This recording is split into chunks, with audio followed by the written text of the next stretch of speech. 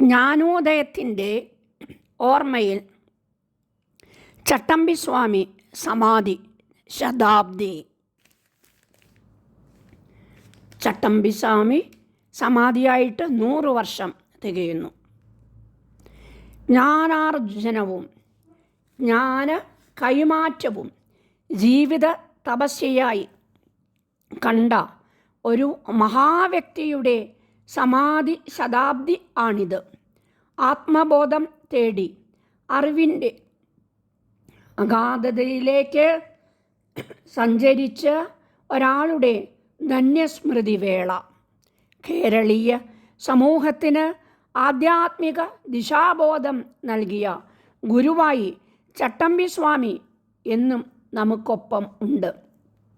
ഈ നാടിൻ്റെ ശാപമായിരുന്ന ജാതി ചിന്തകൾക്ക് എതിരെ സമൂഹ മനസാക്ഷിയെ ഉണർത്തിവിടാൻ അദ്ദേഹം ഉൾപ്പെടെയുള്ളവർക്ക് സാധിച്ചതിൻ്റെ സഫലമായാണ് നാം ഇന്ന് അനുഭവിക്കുന്നത്.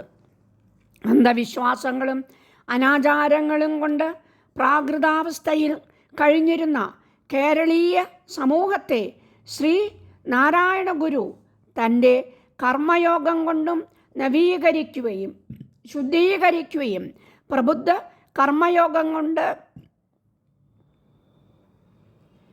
ചെയ്യുമ്പോൾ ജ്ഞാനാന്വേഷണത്തിൻ്റെ വ്യത്യസ്ത വഴിയിലൂടെ ഓരോ നവോത്ഥാന ദിശയിലേക്ക് സഞ്ചരിക്കുകയായിരുന്നു ചട്ടമ്പിസ്വാമി.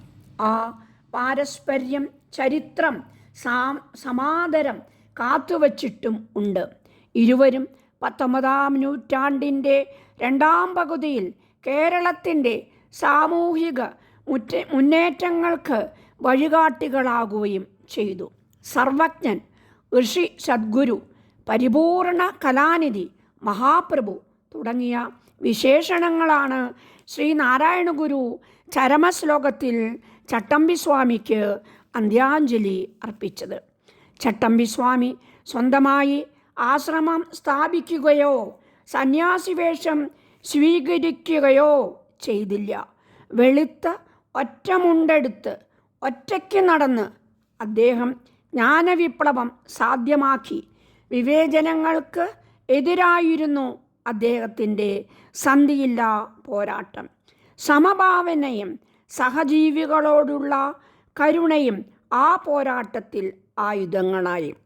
അറിവിൻ്റെ ആകാശത്തേക്ക് ഉയർന്നു പറക്കാൻ അദ്ദേഹം എപ്പോഴും പറഞ്ഞു. വിദ്യ കൊണ്ട് തുറക്കാനാവാത്ത വാതിലുകൾ ഇല്ലെന്ന് വിശ്വസിച്ചു.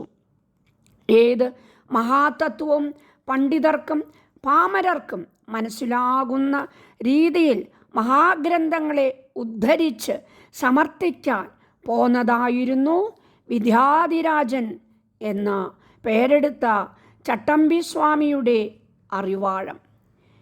വേരാഴ്ത്തിയ സാമൂഹിക തിന്മകൾക്ക് എതിരെ പോരാടാൻ അദ്ദേഹം കൈമൃതമാക്കിയതും അറിവ് തന്നെ.